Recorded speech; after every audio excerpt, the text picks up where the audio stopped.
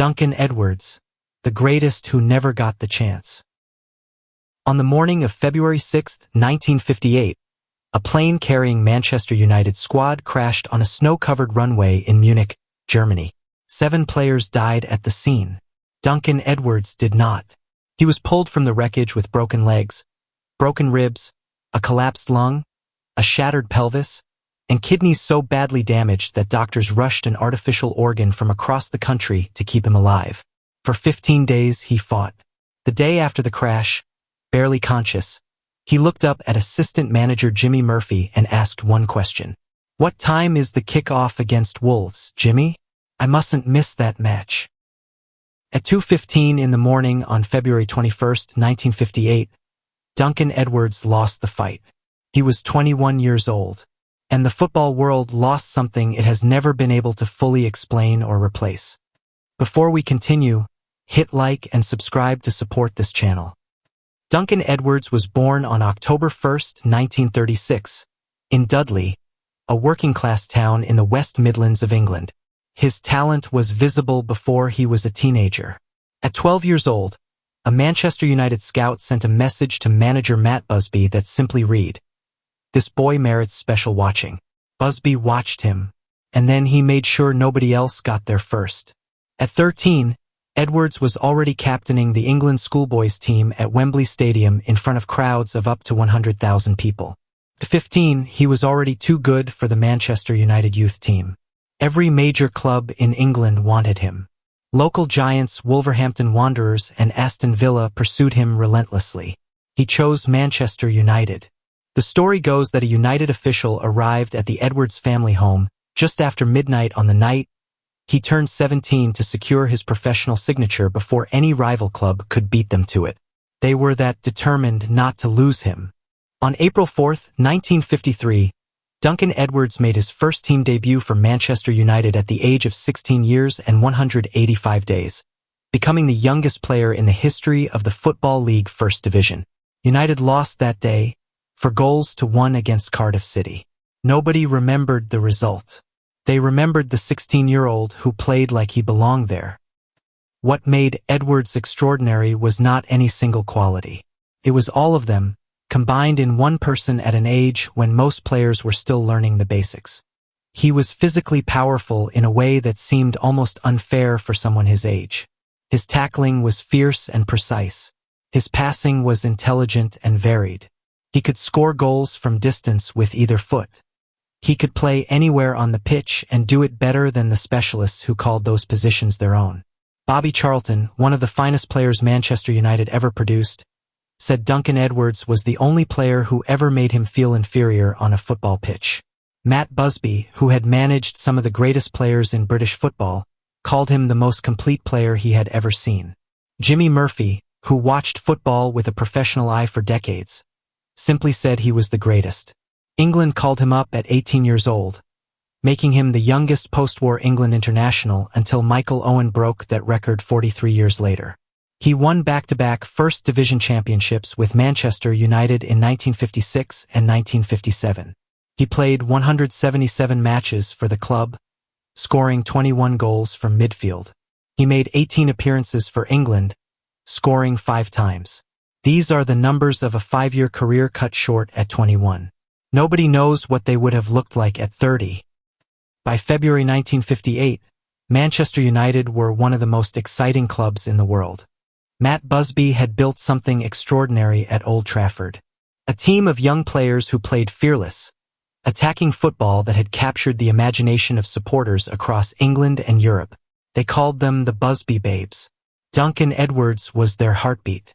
In the 1957-58 season, United had fought through to the semi-finals of the European Cup, the most prestigious club competition in the world. They had just drawn 3-3 away to Red Star Belgrade, a result that sent them through on aggregate. The team were flying home to Manchester, stopping in Munich to refuel. The weather at Munich airport was appalling. Snow covered the runway. The conditions were marginal. The plane attempted to take off twice. Both times the pilot aborted. On the third attempt at 3:04 in the afternoon, the aircraft accelerated down the runway and failed to gain enough speed. It overshot the runway, hit a fence, and crashed into a building beyond. Of the 44 people on board, 23 died. 8 of them were Manchester United players. Duncan Edwards was not among the 8 who died that day. He was pulled from the wreckage and taken to hospital. His injuries were catastrophic. His kidneys had stopped functioning. Doctors fought to stabilize him. They brought in an artificial kidney, a piece of equipment that had to be transported urgently from another facility, and connected him to it in an attempt to keep his body working. He regained consciousness. He spoke to people who visited him. He asked about football. For 15 days, the football world held its breath. Medical bulletins were issued. Fans sent letters to the hospital. The newspapers tracked every update. Doctors at one point described themselves as amazed at his will to survive. Then his condition deteriorated. His kidneys could not recover. The internal bleeding could not be stopped. On the morning of February 21st, with his fiancée Molly at his bedside, Duncan Edwards died. More than 5,000 people lined the streets of Dudley for his funeral. His tombstone reads, "A day of memory, sad to recall, without farewell, he left us all." What Duncan Edwards might have become is a question football has never stopped asking. Terry Venables, who managed England, believed that if Edwards had lived, it would have been him, not Bobby Moore, who lifted the World Cup trophy in 1966. Tommy Docherty said there was no doubt in his mind that Duncan would have become the greatest player in the world. Not just in British football, not just at Manchester United, the best in the world. Greater than George Best, greater than Pelé, greater than Maradona. These are extraordinary claims. They come from people who played alongside him, against him, and watched him up close. They are not the words of nostalgia or exaggeration. They are the considered judgments of people who knew exactly what they were watching. At 18, he was already being considered as a future England captain. At 20, Italian clubs were offering enormous sums of money to sign him. At 21, he was one of the first names on the team sheet for both Manchester United and England. The 1958 World Cup was scheduled for that summer. England expected him to be central to everything they did. He never made it. Today, Duncan Edwards is remembered in Dudley through statues, street names, a leisure center, and a stained glass window in a local church unveiled by Matt Busby himself.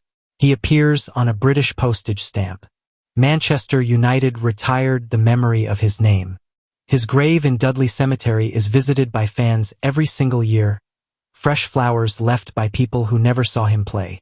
Bobby Charlton, who played beside him, won the European Cup, the World Cup, and every honor the game could offer, and still spent the rest of his life saying the same thing.